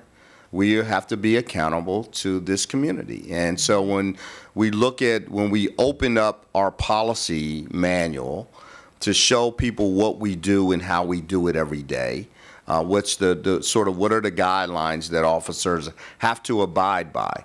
That is something that the officers have to acknowledge that they read the policy, they understand the policy, for us to be able to better serve this community. And so when we look at transparency from that aspect, and communities may have some issue with the policy, that, as it relates to maybe dealing with kids in schools, as an example. dealing with our students. If they see something that they think needs to be improved upon and they believe that there's a best practice out there somewhere else that that better serves this particular community, then I don't see any objection whatsoever. I mean, what people have to understand about Montgomery County, and I think I'm just making a statement for our public to understand, policing in one district may be a little bit different than policing in another. When you have a very urban type of an environment compared to a rural environment, those are two different types of police officers that are, when I say different, of what they do every single day, what the focus might be. So if, for example, if we talk about up county where roadways traffic is not as heavy and, potential for our roadways to be a little bit more dangerous, right? There's no pedestrians, but there's just cars, right? That might be causing some problems in the public safety world versus in an urban area where we have lots of pedestrians. Again, what's our focus, right? What's the direction given? How do we police that way? How do we interact with our community in a rural setting versus how do we connect with them in a very urban setting? I think that's different, and we have to be open-minded to understand there's not one specific model that fits all, that we have to be very unique in our own ways of how we do these things and how it's directed. And our command staffs are to understand the problems that they have within their communities and then what we see as problems that needs to be solved to make our communities much safer. And so I don't disagree with you at all. And when we look at that, and to sit down and have discussions with our public, we've been very open-minded. We have Chief Manger, and this has gone back for quite some time, even before Chief Manger, where we have the African American Advisory Committee where we talk about policies, the Latino Advisory Committees where we talk about these types of policies. It's just the fact that they don't have any sort of power to impact it from a standpoint of legislation. But the reality is they do have influence on executive staff and the chief about what they think is most important to them. And it gives us pause to make us have to look back and review that. So that's been done before. It's just that now you're putting it in a more formalized manner that we have no objection to. So I just wanted to make that clear. Thank you. I just think there's so many issues to talk about. I'll wrap up because the hour's getting late, but my takeaway from the White Oak incident really was the use of marijuana in our enforcement. Yeah, that to me was what really stuck out and it was the same experience I had on my ride-alongs, there was a lot of interaction that is driven by marijuana as the entry point to some kind of enforcement. And I know that marijuana has been decriminalized, and that in the White Oak incident, for example, they were arrested and then unarrested for that. But it still leads me to ask why. Why are we interacting with residents over that issue at all? To me, that sounds like a policy issue. Maybe it's a legal issue. Maybe it requires further legislation to address. I'm not sure. But these are the kinds of big, weighty topics that I think have to be talked about publicly, have to be thought through, and then ultimately recommendations received and consideration made about policy changes and best practices. So again, I just want to thank you for embracing the role of the community. It's been a longstanding practice, but you're also embracing a new approach, and I think it is meaningful that you've done that, and I want to thank you for that, and we'll keep working together. Yes, and if I could just real briefly, and I don't disagree with you as it relates to totally with your marijuana issue, but the one thing I do want to make sure that is perfectly clear, over the past 5 years, all of our drug-related homicides that have occurred here in Montgomery County, and they've been way too many, all of them have been marijuana, have been based upon the marijuana, no other drug. So I just wanted to make that clear. I hear you. That's the other side of the coin. But I think, for example, in this case, I don't think there was any real question that any of these guys were A-listers. That's not really what was going on in this case. So Well, I don't disagree there either, but I would state that, for example, we made a stop just last week of a car, and there was marijuana coming from the car. When we went in and did a search of the vehicle, we found 2 handguns, and out of those individuals that were arrested, one of them was a prohibitive felon. So again, the start of it started, yes, with the smell of marijuana, but that's a reality in our society. So that's for a larger discussion. It's a larger discussion, absolutely, but it's one we got to have. Thank you very much. Councilmember Glass. Thank you, Madam President. Thank you, Chief Jones, for your leadership during the last few months, taking the mantle during this transition time, and also for providing officers to the series of events that I hosted for Pride Month, despite the onslaught of hate that I received from individuals. I also appreciate your candor in condemning the kneeing incident that we're talking about at length today. And I have to state for the record, sharing the sentiment of many of my colleagues, that it made me sick to see what one of our own did to someone in the community. And given that criticism from the dais, from the community, from leadership within the police department itself, I have to believe that there is somewhat a demoralized force with all that criticism, coupled with a very mistrusting community as well. So what do we need to do better, which is something that you alluded to at the beginning in your opening statement, that we need to do better. And let me rephrase the question in a more succinct way, given the conversations that we here in the county are having about the future of our police force and who will lead it. What is your advice to the next police chief on how we can do better here in Montgomery County? So I think at the end of the day, what you say is right on point. I would say this though, though when we say a demoralized police department as a result of, for example, that particular incident, I will tell you that there were officers who clearly understood that that was wrong, and who basically did not disagree with the decision that was made in retrospect. So as much as that's never at the forefront of any discussion, I just want to make sure it's known that, you know, we have officers who have high morals, who understand what is right. And they know when sometimes things have gone a little bit out of whack, it's too far. When somebody's done so, who utilizes the N-word, that's not acceptable. I had officers who were actually mad, who were upset about that. And so I want to just make sure that that's clear. My recommendation to the next police chief is that they have to stay on the road of really training and driving the point home about professionalism for this police department. And when we talk about professionalism, the decorum, the speech, the engagement of really taking it to the highest level. And training becomes a large part of that.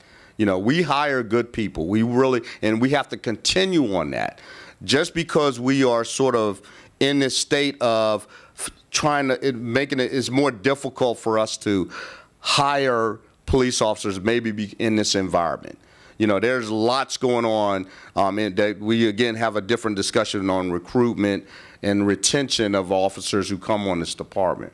But the reality is that when we do hire, we are not going to lower our standards for the people that are going to be a part of Montgomery County Police. And whoever the next chief is should not do that. They need to maintain the high integrity that we have created for this department. We come from the human race. Good people do bad things. We've seen that. That happens. It has to be addressed. It is the responsibility of all of our executives, our supervisors, to hold our people accountable when they do the things that are against our policy and procedures and what we expect them to do every day.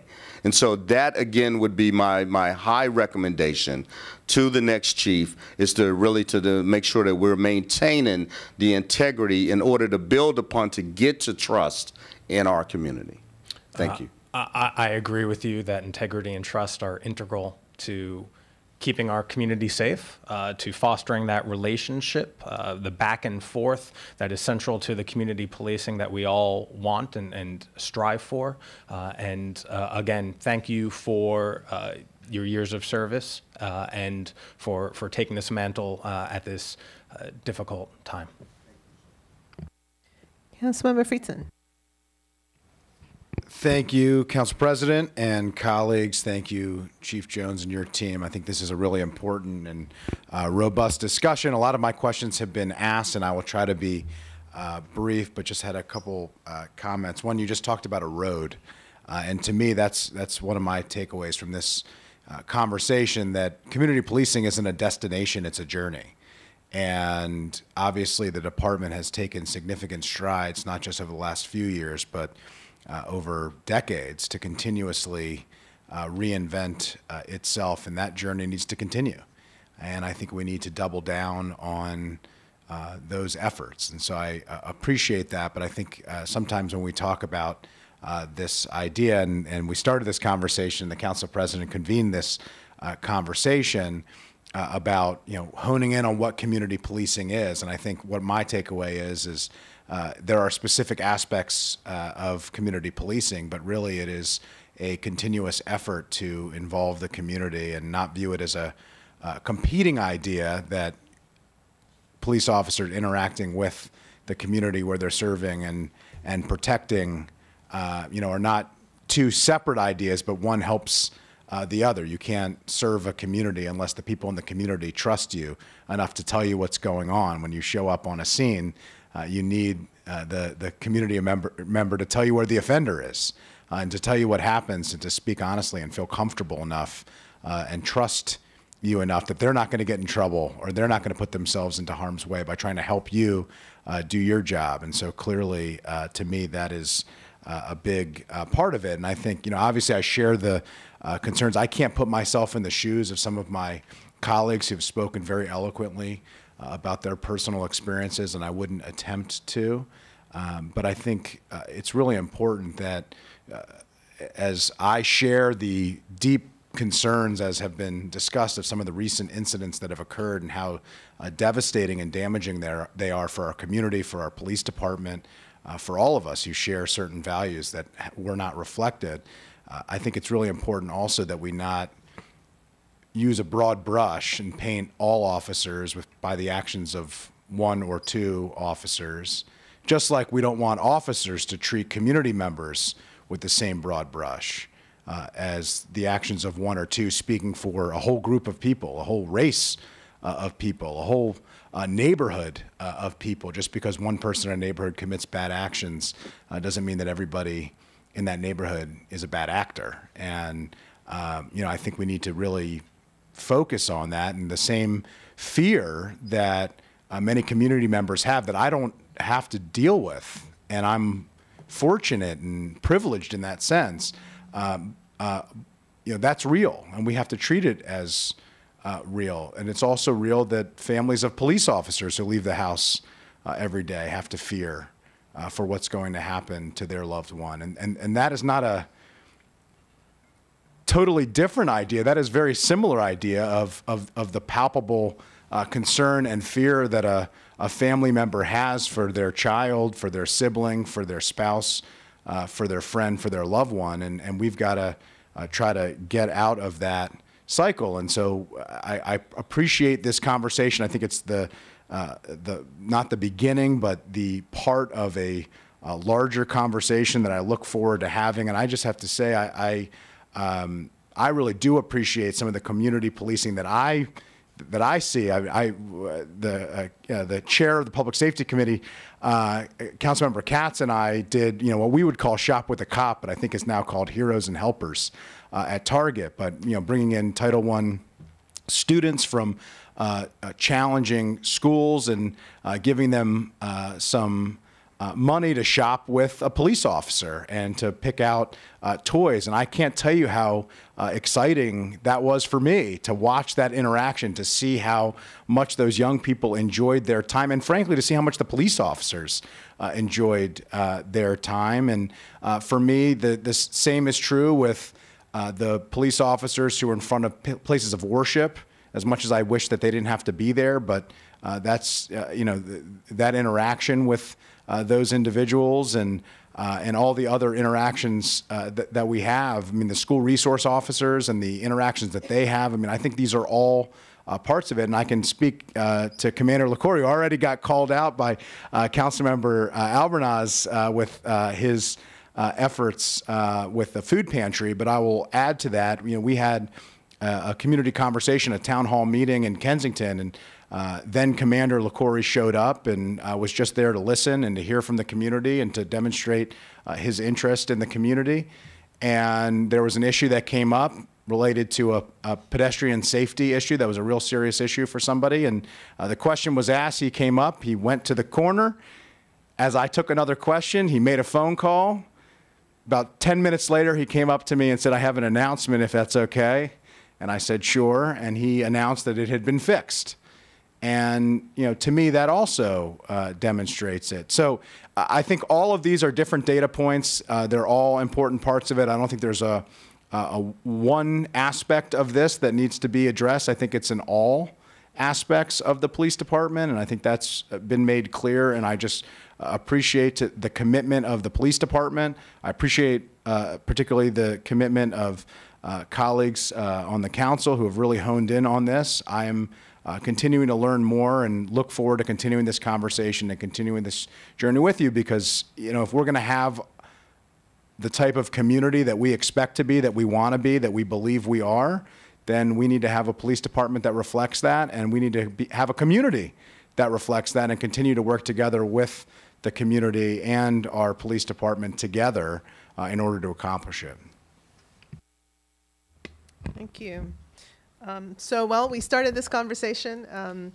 I mentioned that, our county definitely is a microcosm of our country, and I would say the world. And I very much appreciate you taking the time to come over to engage with us.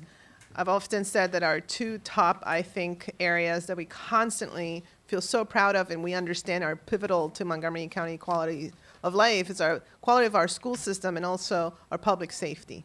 And our police department and our fire and rescue and everybody that works so hard to ensure that we have very low crime rates and that we're always very proud of the fact that we can call this a safe place. And that is in, of course, large part because of everything that you do on a daily basis to continue to provide that excellent protection to all our residents. So that is important to highlight. I think it's been evident by this conversation that we are not shy about engaging and talking about it and mentioning it.